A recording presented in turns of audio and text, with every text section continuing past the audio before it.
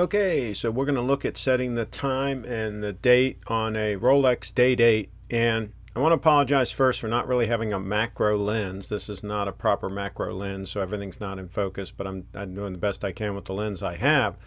Also, I should have started at 6 p.m. because I have been told that you shouldn't have this time so close to midnight when you're changing the date and time. But I wasn't paying attention, of course, when I'm making this video. I should have been paying attention. So I would recommend you start at 6 p.m. and doing this procedure. So you can see here, I pulled it out to the second notch and I changed the date to the 19th. Then I'm going to change the day to Thursday because today is Friday the 20th. So I'm going to set it for the day before, Thursday the 19th. Then I pull it all the way out.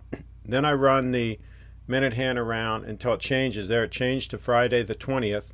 Then I've got to go past noon because we're in the afternoon now here. So I'm going to go past noon and then I'm going to go to 3:30 p.m.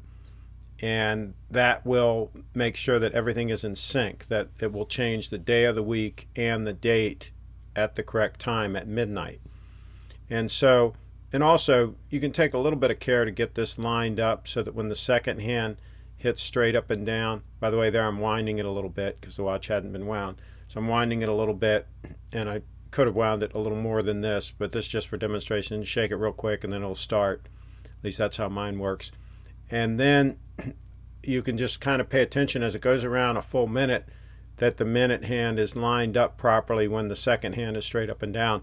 And you might need to play around with it a little bit to make sure that you get that to align just properly. But that's the procedure for setting the date and time on a Rolex Day Date. Then I just screwed the winding crown down there, you see, so that it's nice and waterproof again. And that's the procedure. So share your comments on how you set the time on your watch. Thanks for watching.